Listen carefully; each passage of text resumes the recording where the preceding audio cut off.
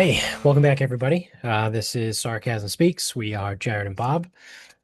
So I guess I want to cover this first, because obviously we gotta, well, we know this. It's obvious to us, not to you listening. Um, but we're doing another double header, and it's apropos to use the term double header because for the first time in, I don't know, probably at least a decade, I decided to watch a little bit of the Home Run Derby last night. So obviously this is going to be next Monday's episode. So um, nothing too time crazy, but like just a general thought on the state of the MLB and the Home Run Derby, like I said, in general. So I was like, yeah, whatever. There's nothing really else on. Amy and I watched a couple episodes of Tires, which is the show that we're watching right now on Netflix. It's just great. It's Shane Gillis's show. Check it out. No free ads, but fuck it. I'll give Shane an ad. Um,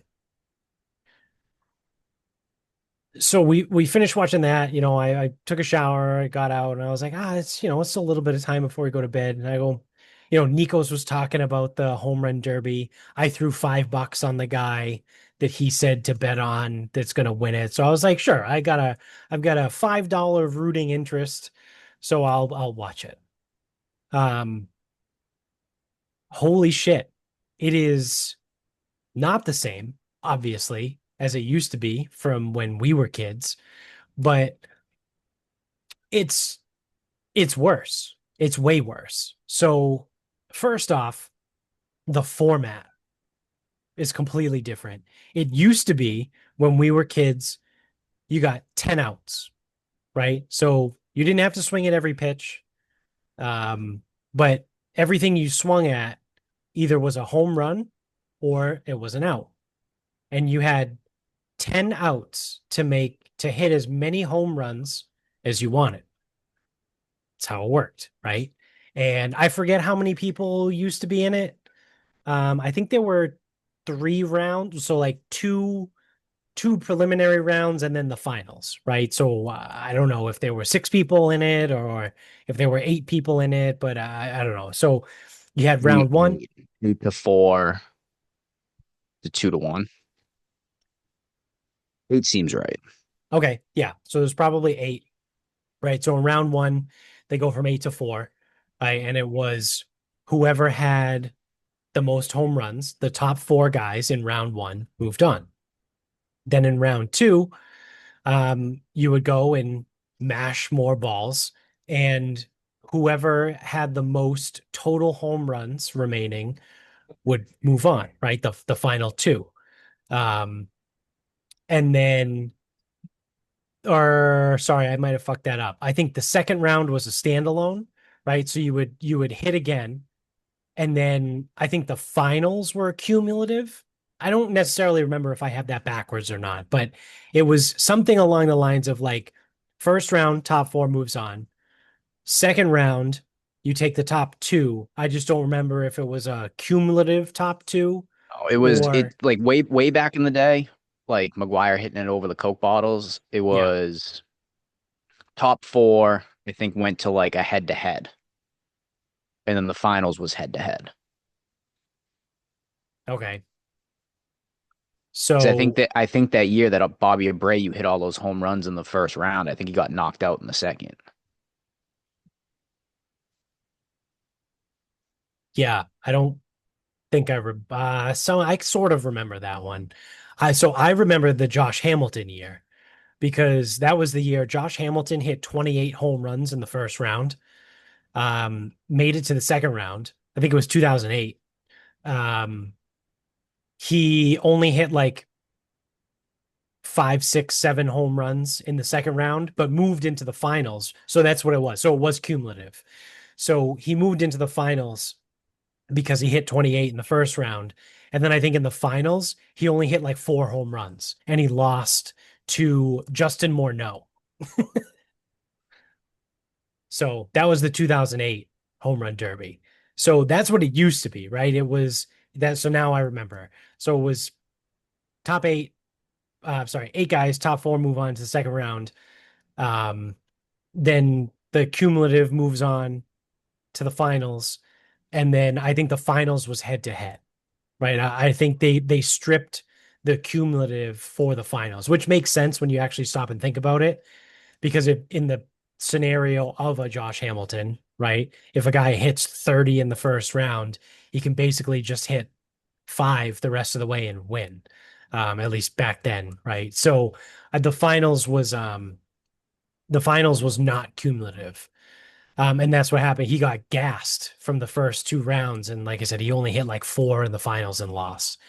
So that's how it used to be, right? That was the good old days. Now, So I found the old one. So 2005 was the last year they did this. Or I'm sorry, well, I guess I'll say it the other way. In 2006, they changed it so that the highest totals across rounds one and two would advance to the finals. So like the top two home run hitters through rounds one and two met in the finals instead of resetting the tally like they right, used to. right. Which And is the then Josh so that Hamilton would have so that situation. would have lasted until around then. And then in 2005, that was the Bobby Abreu year. He actually won. I forgot. He hit 24 home runs in the first round and then 41 total. And actually won. I thought he lost for some reason. Like I thought he hit so many to start and he just did not win. Oh But yeah. that would have been one of the last years that I would have watched. Okay. Yeah. So this new format, right? It's you get two rounds of swings for each guy. So the first set of at bats, if you want to call them, is a 3 minute clock or 40 pitches, right? So you get 40 pitches to swing at or 3 minutes. And you got to hit as many home runs as you can in those parameters. Within that, you're allowed to take a timeout. So the guys would swing, they'd get like 20, 25 pitches in, they would call a timeout. They would go to a commercial break, right? 30-second commercial break. They come back from the commercial break, or 60 seconds, however long it was. Then you finish your 3 minute 40 pitch count. You go through, you hit however many home runs you hit. Then they go to another commercial break, right? You get another 60 seconds, whatever. They come back from commercial. Now you're back in the box and you have three outs. So it's like it used to be with the 10 outs, but now you have three outs.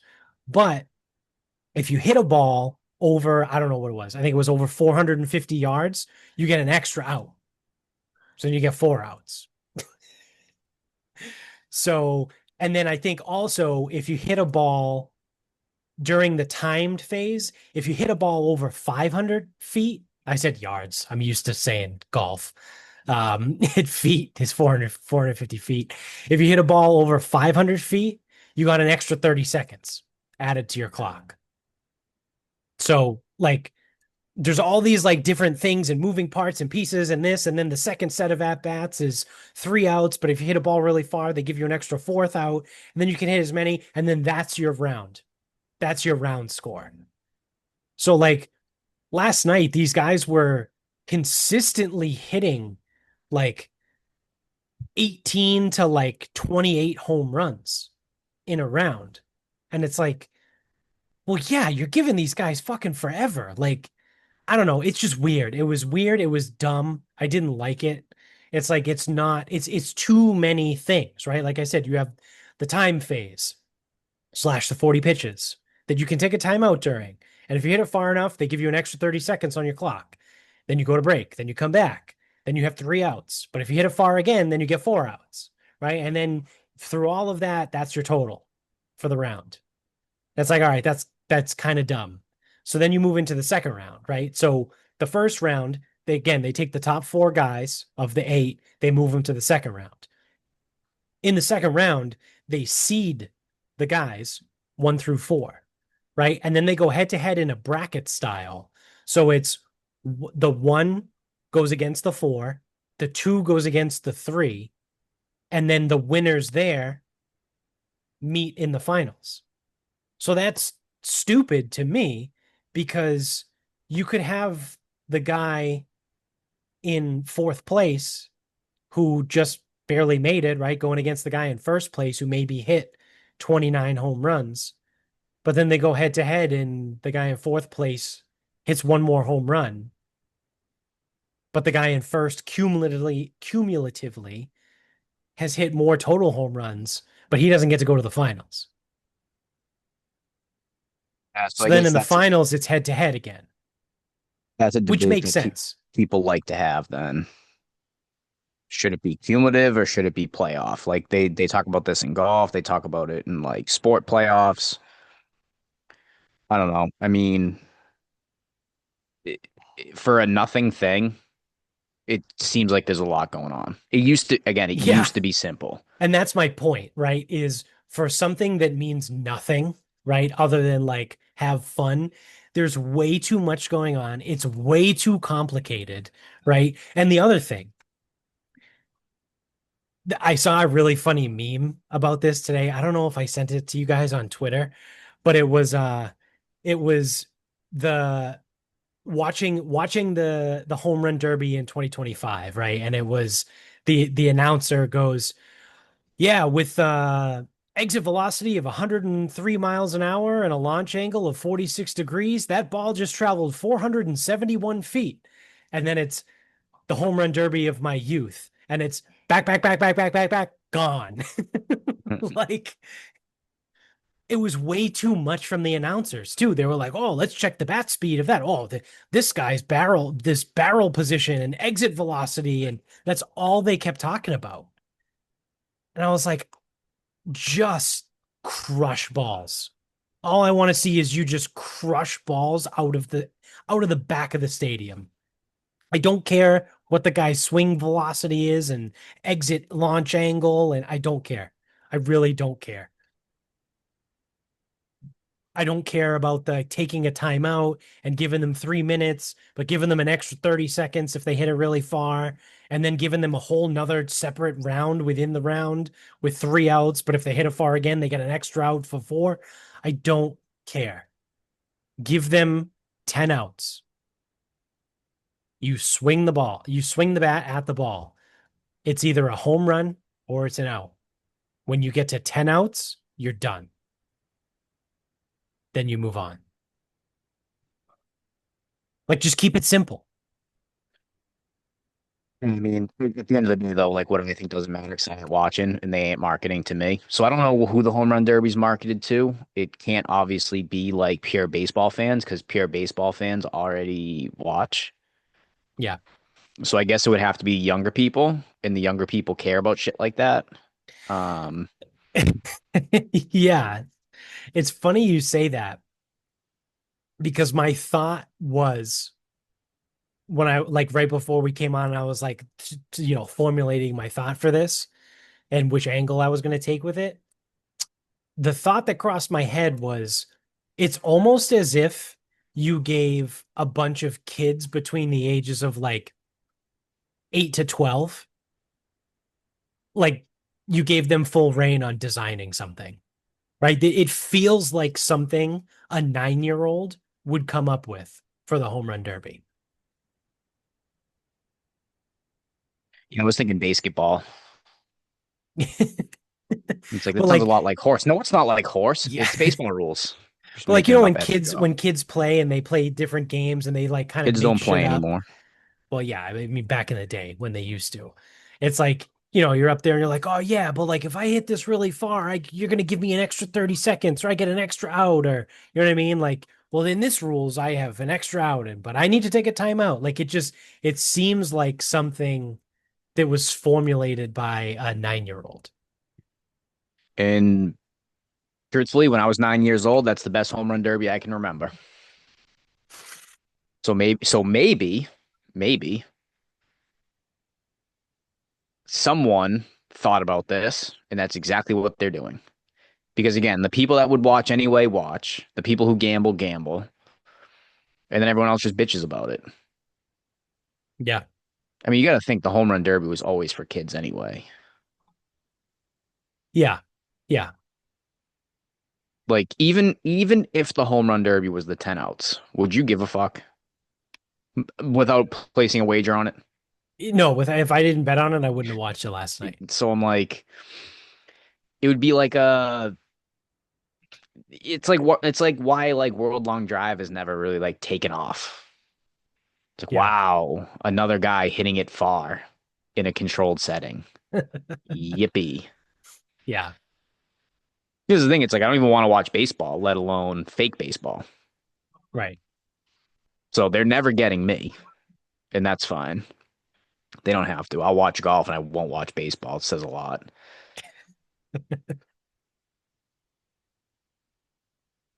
So, I mean, I guess, but like this is the thing, I ain't gonna gamble on it, so I'm not gonna worry about it. And it's like I don't know who any of these people are. Yeah, I didn't know who Like anyone was other if than Nikos didn't tell us Cal Raleigh was his nemesis, I never would know who he is. right. I would never know who the other guy he bet on that finished second was. I would never know who the other guy that you took was. No clue.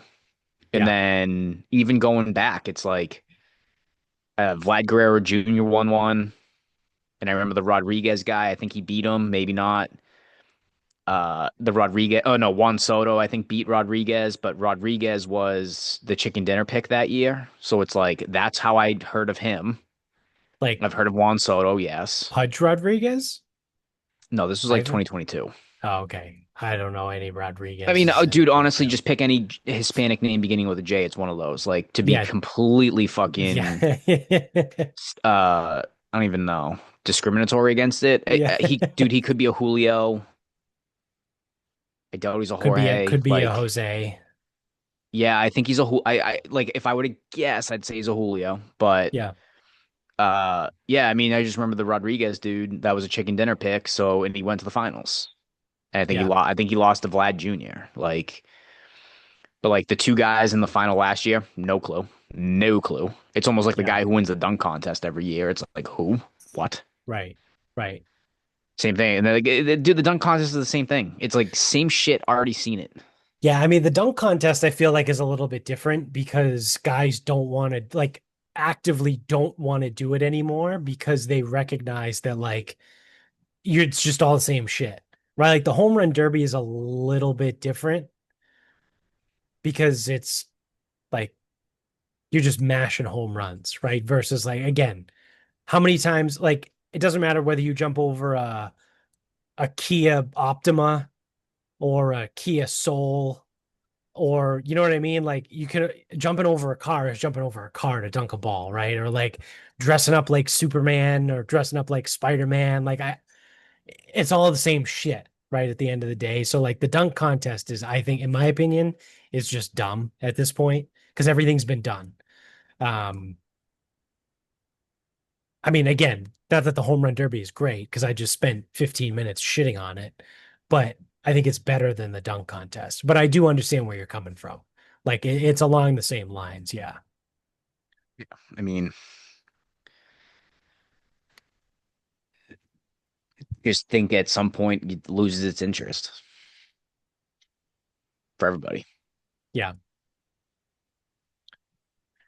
Yeah. And I don't know truth. I think baseball is still the same because Cal Raleigh was in it, but it used to be like you only got invited if If you you would were an hit, all-star. yeah, if you were an all-star and you would hit a shit ton of home runs. Yeah, and then like occasionally they would need to fill it like Brandon Inge, but Yeah. Yeah. But I feel like with the NBA, I don't know if you need to be an all-star. NBA you do not because that guy Okay. barely plays. Okay. That guy's barely an NBA player. Yeah. So, yeah. And again, but the baseball, it was basically like an invitation, right? Like they invited you to the home run derby. They basically have to beg people for the dunk contest, which is why they have some guy that's barely in the NBA. Well, that's also a different current day sport thing. It's like, they would probably get like back in the day, you get an appearance fee, and it's like it's just something you just did. And now Yeah. it's like if there is an appearance fee, they don't need it. They make enough. Right. And it's like bad excuse in the end, like especially the NBA. And it's like I've heard someone's like hot take on it is like LeBron has ruined the NBA because he has this type of attitude. And if he's going to be the face of the league, then everyone's going to have that kind of attitude. But Yeah, like when Michael Jordan was the face of the league, like dudes were a little bit nastier back then. right, right. Which I mean, I guess I'd listen. I don't care because I don't like basketball either. But yeah, it's like the same thing. Like, back in the day, MJ did the dunk contest. Right. Like, is John Morant going to do it? I don't even know who's the equivalent now. Because Who's the kid from Minnesota? oh, Anthony Anthony Edwards, Edwards. yeah, is he going to do it? Yeah, Probably I don't not. know. He's a prick. He's probably like, I'm not doing that. Yeah.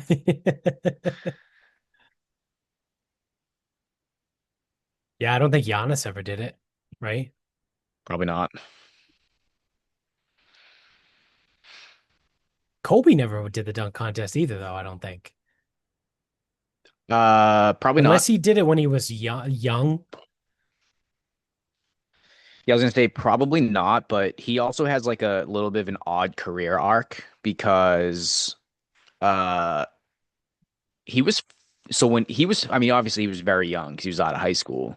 Right, He didn't come into the league like superstar. Like he was good, but he wasn't a superstar. right. Shaq was the superstar. And then Kobe won 3 titles, and then all of a sudden it was like, oh, hold on, what?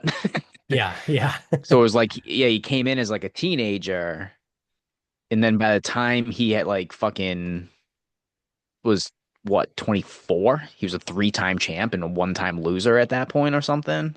yeah, So it's like, yeah, I think even like his window to be even like a dunk contest guy would have only been like a couple years, and then he was past it almost. right, right. So yeah,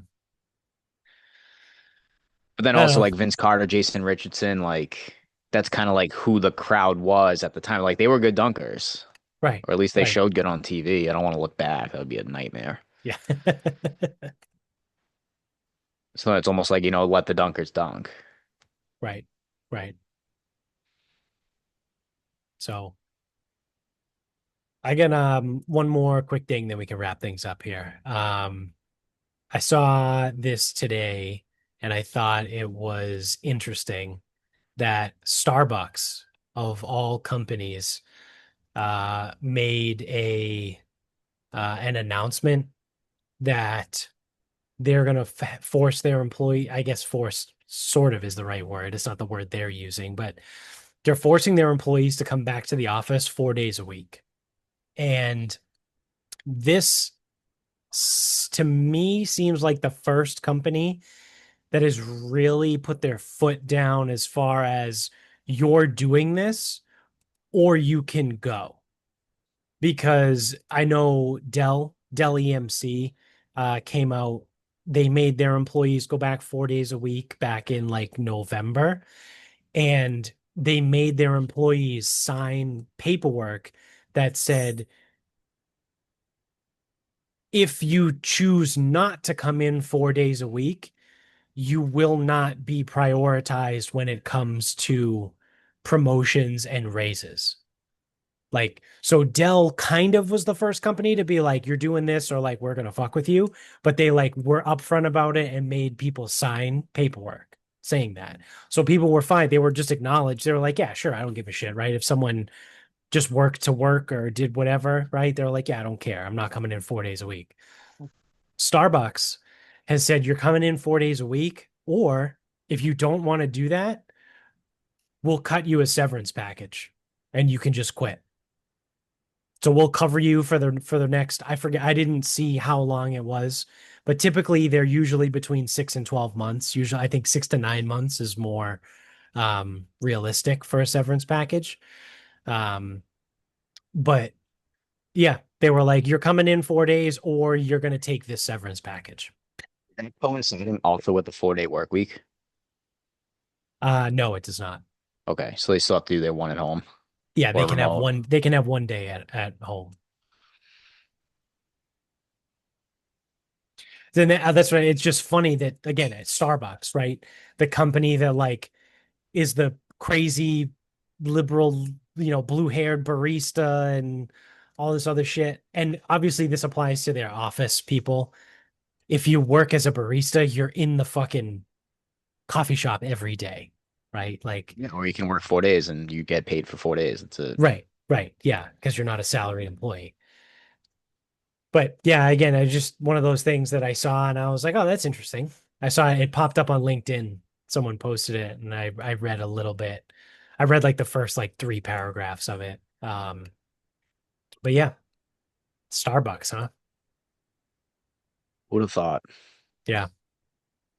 So we'll see. It's a weird spot right now in the corporate world of like fighting people to come into the office, which is hilarious.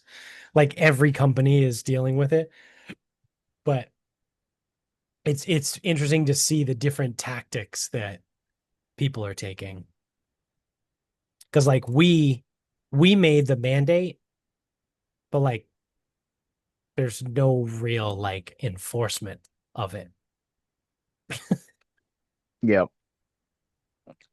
So I I'm so far out of it, and I used to think like from a philosophical perspective, it's like you should go into work, but I also know that going into work also like no one's being truthful on either side. When everyone's like, "Oh my God, I'm like so much more productive at home." And I'm like, "No, you're not. yeah, You like the yeah, flexibility, and that's okay. You can like the flexibility. I get it." right. But then like managers and whatever are like, "No, oh, we're way more productive in office." And everyone's like, "No, all we do is sit around and talk shit and not do anything." It's like, "Okay." Yeah, So effectively what you guys tell me is you're all fucking liars. yeah, So yep, I don't know which one's right. I don't know which one's wrong. I don't really care. I don't really give a fuck about multi-billion dollar global companies and their leases. I just don't. Like, yeah, I'm not going to feel bad that they have a high rent payment. Um, like I said, philosophically, I used to think like, yeah, you should go into work, and if that's what the boss says, like, do it. But then it's like, you know what? The bosses aren't fucking here to help you either. So I'm like, I don't know. yeah, I don't really. I just don't want. I hate when people. Oh my God, I'm so much more productive at home. It's like, no, you aren't. yeah. No, you're not. There's I think there's a balance ultimately. Like Well, I'll also, and the some other thing too I is, do I believe the recognize, people. I believe the people who say, "Well, I can flex my hours, so I can do yeah, 4 in the morning, right, and then I can do 4 to 8 p.m." I believe right. that, Yeah, yeah, but I'm not believing if they're gonna time you and whatever the fuck and track you and shit, yeah, and you're gonna be more productive from 9 to 5 at home. I just doubt that. yeah, not a chance. But I mean, I do recognize that there are some jobs and some job functions that like literally don't require you to be in the office every day. Like I get that. Um, but at the same time, like there's something to be said that when I need something, because I'm in the office most days, like I live 15 minutes from my office, so I don't really give a shit. But like if I need something from someone or I have a question, I can literally just get up and walk over and talk to them.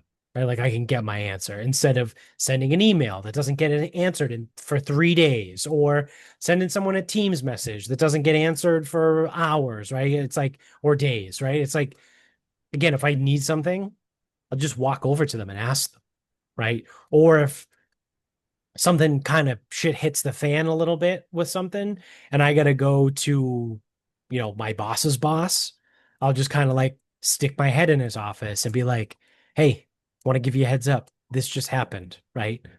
Just so you hear it from me instead of hearing it from someone else, right? And he's like, all right, cool. And like we work through it and we deal with it and, try and figure out who we're going to yell at to get it fixed. But like there's something to be said for that part of the job, right? And like I know that's relative to my job function.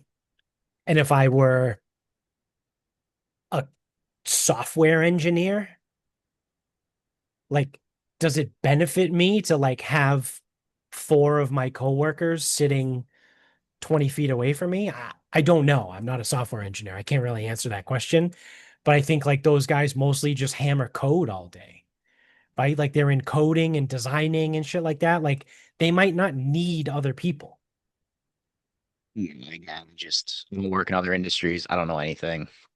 I'm an Yeah. in-person service, so I Yeah. just one, if I comment, it doesn't, well, again, nothing matters, but uh yeah, like what I think truly doesn't matter because it doesn't, because then it reciprocally it doesn't affect me in any way.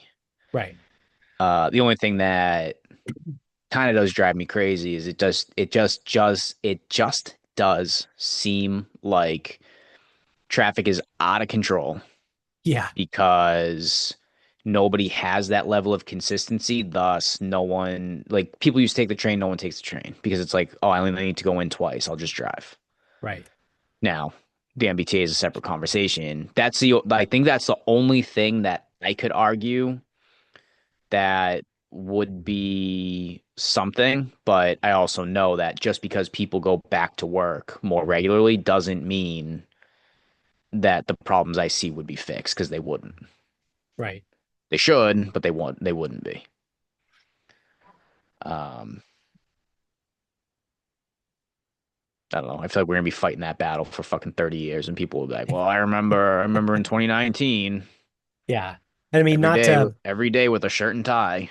not to put a weird angle on it either, but kind of off of what I was talking about, how like if I need something, I can just get up and walk to someone on my like in my department. Like the other day, for example, this thought just popped in my head. I was walking out of the office and my boss's boss and I walked out at the same time. And he's a cool guy. Like him, my boss was on paternity leave for 6 weeks. So I went directly to his boss, this guy, for anything that I needed and like, normal, like up the chain stuff. I just went directly to him.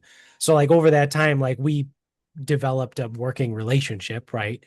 And then like the other day, we both left work at the same time. We walked out together. We were just shooting the shit about like dumb shit, about like kids and all that stuff. And as we walked out from, our office is on the or our section is on the fourth floor of B building, right? And like we go all the way down outside, out the door, over to the garage, and we happen to park like on the same floor in the garage. So we talked the entire time. Like that matters, right? Again, not to like try and take like a sleazy sales pitchy angle on it, but like we have a that's like way to build a relationship with someone, right? So like when the time comes and you need something, right? Whether it's a raise or a promotion or whatever you need, it's like that's something that they're going to look back on and be like, oh, he's a good guy, right? Like we shoot the shit, right? Like that's something you get from like being with people. I know he's actually retiring, guy train. He was laid off twice in his working career. Both times is because he was remote when they asked, Yeah. like, who wants to go full remote? He goes, oh, I'll go full remote. Both layoffs, full remote. Yeah. And it was like the percentage of people that were full remote that got laid off in that, like, round, I guess, was always way higher. So Yeah. then it was like right after COVID, he knew he still had to work. 'Cause I mean, that was 5 years ago. Right. They were like, all right, so who wants to go hybrid and who wants to go full remote? He goes, I'll go hybrid. He goes, I don't want to find another fucking job. Yeah. He goes, you're gonna fucking see me and you're gonna like it. Yeah. Yeah. But yeah, I mean, again, there's something to that, right? Like there is something to that because I mean, so that's the the thing. It's upper like management, to like the think the worst senior way, to think the senior worst way. managers It's are there easier to every fire day. people. It's easier to fire people that you don't know, Yeah. and it's easier to promote people that you do know. Yeah. You figure it out for me. Right. Right. Yeah. Because that's what I mean. Like my boss's boss, this guy, and his boss, who reports directly to the CFO of the company, they're both in 5 days a week. Doesn't matter, right? So like that's why like sometimes I'll bounce around. Like I'll stay home on like a Wednesday or like maybe a Tuesday or a Thursday, and then I'll go in on Friday. Right. Part of that is sometimes I like when the office is quiet on a Friday and I can get a lot of work done. But then part of it too is like they see me there on a Friday, right? They're not just like, oh yeah, because they make comments like they know. They're like, oh yeah, oh, I wonder who's going to be here on a Friday, or like, I'll come in and be like, oh wow, I've been surprise, working today. yeah, surprised to see people here on a Friday, right? If it's ever, if there's six people in my department sitting around, they're like, oh wow, I can't believe there's this many people here on a Friday. But like they get it, right? And that's what I mean. It's part of the game, right? Everything is just a game. You got to play it. You don't have to like it, right? But you still have to do it. Yeah, if you don't So, like it, don't do it. Get out. yeah, exactly, right? So, all right. With that, you want to wrap this up? Yep. Mine will be quick. All right. I have booked my one round of golf that I'll be playing in Ireland because again, this is not a golf trip, just Michaela and I going. Right. And it works out that I can really only play once. Because we did book shit like with the Right. agent. Right. Um, so I will be playing Royal Dublin in September. Sweet. And as far as I know, with the way that the weather goes over there, rain or shine, you're out there. So Yeah. Yeah. Nice. Well, that'll be good. I'm sure it'll be fucking awesome. I'm sure it will. So I did want to, I forget what, because I went through two agents. Again, I didn't want to make this like a whole thing. I went through two agents, and one effectively only did tours and like didn't book like the transfers, the hotels, and everything. And that's what the agent did for me in Italy. And then I was like kicking around, and one of the guys at the gym goes, "I got a dumb question." He goes, "Just ask the Italian travel agent." And it's like, "Yep, they'll do it, no problem." Yeah. Yeah. So I did say like, "Oh yeah, like I want to try to play golf or something." And she told me, she goes, "Oh, Port Marnock has no vacancy, so I found something else." And it's like south of Dublin and inland, and I'm like, okay, I'll play wherever. I really, really would like to play an actual Yeah. Irish links course.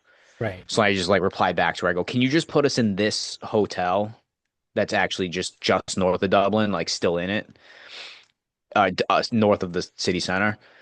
And I go, and I'll book my times because I told her that. I go, I'll handle the golf, but just get me to the spot. She goes, "Oh, I found a different resort. It's here." I go, "No." Yeah. So we're gonna stay somewhere else. And then I narrowed it down to like two golf courses, and Royal Dublin's like 10 minutes away, and I think it's supposed to be pretty good. So, Nice. um, but it is in the style of a true Irish links. I don't know if it's like world renowned, like a Port Marnock, Right. which is also in Dublin. That's why I keep saying it. Um, Obviously, Ireland and Northern Ireland have some insane places. So Yeah. that will be for a different time All because right. I think it's Portrush, Royal County Down, which some people think is the best course in the world. Fuck, there's another one, and they're like all in the same spot in Northern Ireland. They're like all right down the fucking street from each other. I'm like, Yeah. that would be cool. Yeah, that would be pretty sick. Well, all right. Um, so my final thought is this came up at work today. I was talking to my boss again, who's my friend. If we've worked together forever. But just a thought on because this also has to do with work and being absolutely ridiculous in like the corporate world. So we were joking, right, about how like because he used to work in construction, and then obviously I've come from the fitness world and I worked in a warehouse through high school and all that shit. We were just talking about how like it's just different. You almost build like a camaraderie with the people that you work with because you're doing physical labor and all this other shit, and it's like, all right, cool, let's like go through it. But then you get into like a corporate setting and it's like you have to tiptoe around everything. And I was like, yeah. And then so like an hour and a half later, I find myself having to write an email to someone and we sit at the same like little project table area. And I was like, see, this is what I'm talking about. This email right here. So I'll lay out the scenario for you and then I'll read you what I had to send. So we have a effectively it's a rich people branch, right? Our company is expanding to serve more high net worth individuals, right? That's again, that's corporate speak for just filthy rich people. Um, so that's a lot of my work is what I'm doing is I'm building out those spaces. So we have a space that we're putting in a section of San Francisco that's very wealthy, but also has a pretty bad homeless problem. To the point where we had to have San Francisco PD relocate someone off of the rear entry of our building, because the unit that we have, it's in like a strip mall. It's been vacant for quite some time. So a homeless guy made the back steps his home. So he got relocated. And then when I was out there a couple weeks ago, I went in the space and literally right outside the front door, there is another homeless guy who's picking his fucking meth scars on his leg with I don't know, some like metal stick or something. And I was like, cool, that's awesome. We're gonna build this beautiful fucking location for high net worth clients, and there's gonna be a meth head outside picking his scabs. So that's the area, right, that we're in. So we're building out everything. It's going to have like a typical bank, right? It'll have like teller's desk. Well, I guess not a typical bank because there's no windows, right? There's no like teller windows. It's all person to person, one-on-one banking. So that's all in the front. And in the back part of the section, there's your restroom, pantry, cash room, whatever, storage closets, all that stuff. And it's a separate hallway, right, to get to those areas. Well, in a design call last week with the architect raised the question of, hey, do you guys want to put a door in between the main hallway? Because that's how you enter through the back door where the homeless guy used to live, the different homeless guy. You come in through the back door, and there's a separate hallway off the back door to get to, like, we'll call it the back of house stuff, right? And he was like, do you want to throw a door on that hallway and then maybe put like a badge reader on it? So you have to like tap your badge. Oh, whoop, shit, I gotta edit that out. um, you gotta tap your badge to get into the hallway, right? And we were like, yeah, I know that kind of makes sense. So there's another guy on the team that deals more with like retail sections. And he was like, no, we don't do that. He was like, we don't make, um, usually don't cordon those areas off. We leave them open. We're like, all right, so that's fine. But the other thing we talked about was putting a keypad on the restroom, for safety reasons, right? And the guy was like, no, we've never put a keypad on our restrooms before. And I was like, okay, all right. So what I wanted to say was, hey, man, there's a fucking homeless problem outside, and we got homeless guys on the front and the back. It's not a good look if we have rich people coming into this bank with homeless people everywhere and they catch wind that there's an open bathroom in this location, because they will use it, right? Like they don't give a shit. They'll just come right in and they'll go into the bathroom, right? And like, so it's not secure, right? It's not locked. Who knows? Like, it's not safe, right? Like, that's not safe for the people that work there. It's not safe for the clients, like, whatever, right? What I had to say was the following. One additional point that came up during a recent call was the idea of securing the restroom with a keypad to enhance safety for both colleagues and customers. Given the activity we've seen at the front of our unit and previously at the back, there's concern that if it becomes known that the restroom is quote unquote open, it could attract use by individuals from the community who are not clients. If you're comfortable accepting this potential risk, we'll proceed accordingly without implementing the keypad or any other safety solutions. That's what I had to say. Right. But again, really what that means is, again, hey man, there's fucking homeless people everywhere, and they're going to come in and use this bathroom and be a danger to clients and people that work here. But if you're cool with this, I want to get this in writing so that I can come back to this someday and say that you said it was okay. That's the translation. It's done hot dog costume in advance so that when we're all looking for the guy who did this, we'll be able to know. Yeah. So that's corporate world for you. It's fun stuff. The world would be way easier if we could just speak like we were construction workers. Mm, there's a happy medium. Yeah, yeah, no, that's fair. That's a fair point. But yeah, I mean, just don't be a dickhead, right? Like, so fun stuff. That's gonna do it for us. So thanks for watching. If you are anywhere you are, you can subscribe, right? If you're on YouTube, hit the thumbs up. Tell everybody you know about the show. Get us on social media on the bottom of the screen. Send the or check out the show notes, right? Support the sponsors, support us. And until next time, good night, everybody.